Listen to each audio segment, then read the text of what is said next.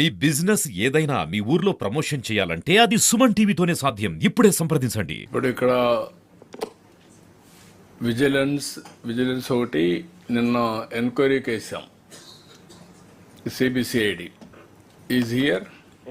డేజీ ఉన్నారు సార్. మీరున్నారు. మీ ఇంకొక ఎవరు వేసాం అక్కడ దాని ఎంక్వైరీకి? వినీత్ సార్. వినీత్ రాలేదు ఎక్కడికి?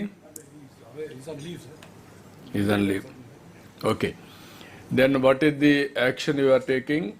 ఇప్పుడు ఇక్కడ మేజర్గా ఇక్కడికి వచ్చినప్పుడు రీసైక్లింగ్ అనేది ఆల్ డిస్ట్రిక్ట్ కలెక్టర్స్ రీసైక్లింగ్ 5 సంవత్సరాలుగా ఈ పీడిఎస్ రైస్ రీసైక్లింగ్ రావడం వేరియస్ మెథడ్స్లో మళ్ళీ స్మగ్లింగ్ దారితీసే పరిస్థితి వచ్చింది.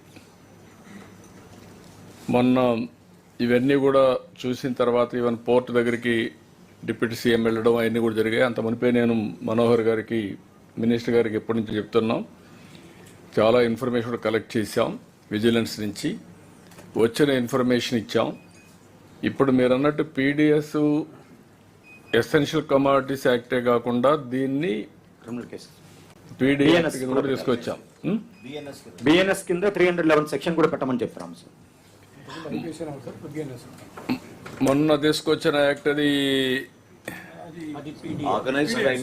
పీడీ యాక్ట్ కూడా పెట్టాం కదా. ఇట్లా అది కూడా దాన్ని కూడా ఇంక్లూడ్ చేసాం కదా సార్. పీడీ యాక్ట్ ఇంకా కన్సల్ట్ అవ్వాలి, అది కూడా ఉంది కదా. పీడీ యాక్ట్ కూడా అప్లికబుల్. కలెక్టర్స్ గుర్తుపెట్టుకోవాల్సింది. ఒక strong message through out the state వెళ్లాల్సిన అవసరం ఉంది. డైరెక్ట్లీ ఆర్ ఇండైరెక్ట్లీ చాలా మంది ఇన్వాల్వ్ అయిపోయారు ఇందులో. అంటే ఇన్వాల్వ్ చేశారు. ఇది ఒక మెస్అప్ చేశారు, ఒక క్రైసిస్ క్రియేట్ చేశారు అందరినీ. దీన్ని క్లీనప్ చేయాలి. క్లీనప్ చేయాలంటే ఫర్మ్గా యాక్ట్ చేయాల్సిన అవసరం ఉంది. దీనికోసం అవసరమైతే పీడీ యాక్ట్ కూడా we can use it, but we have to stop it. ఇప్పుడు ఒక పోర్ట్ పోతే ఇంకొక పోర్టుకి వెళ్తున్నారు, అక్కడి నుంచి అవుట్ సైడ్ పోర్టులకు వెళ్తున్నారు. మాఫియా ఈజ్ వెరీ స్ట్రాంగ్ మాఫియాగా తయారయ్యారు, డీప్ రూటెడ్.